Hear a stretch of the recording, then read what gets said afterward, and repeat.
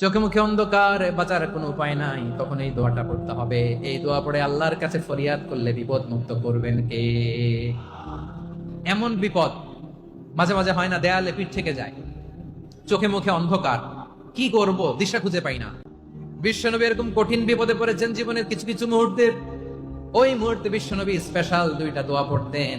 এই দোয়াগুলো আপনাদেরকে জানিয়ে দেয়। বিশ্বনবী বলেন, কঠিনতম বিপদে যখন পড়বা, দেয়ালে পিঠ থেকে যায়, চোখে মুখে অন্ধকার, বাঁচার কোনো উপায় নাই, তখন পড়বা লা ইলাহা ইল্লা আনতা সুবহানাকা ইন্নী কুনতু মিনাজ জালিমিন।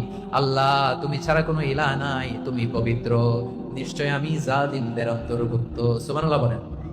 এই দোয়া সাইয়েদনা ইউনূস আলাইহিস সালাম পড়েছিলেন যখন মাছের পেটে ছিলেন। কিসের পেটে? এবং অনেক মুফাসসিরিন ইকরাম বলেছেন, অনেক আহলুল ইলমরা বলেছেন, এটা হচ্ছে ইসমে আজম। ইসমে আজম এমন দোয়া যেটা দিয়ে দোয়া করলে আল্লাহ দোয়া কবুল করে, কিন্তু এটা কোনটা, এটা নিয়ে ইখতিলাফ আছে। কোন আহলুল ইলম বলেন লা ইলাহা ইল্লা আনতা সুবহানাকা ইন্নী কুনতু মিনাজ জালিমিন, এটা হচ্ছে ইসমে আজম। সাইয়েদনা ইউনূস আলাইহিস সালাম পড়েছেন। আপনারা পড়েননি? তুফান হইলে পড়েন না? আমাদের এলাকায় তো এটা খুব, এটার উপর ব্যাপক আমল আছে। পটুয়াখালীতে কি অবস্থা বলেন? পড়েন পড়েন পড়েন পড়েন।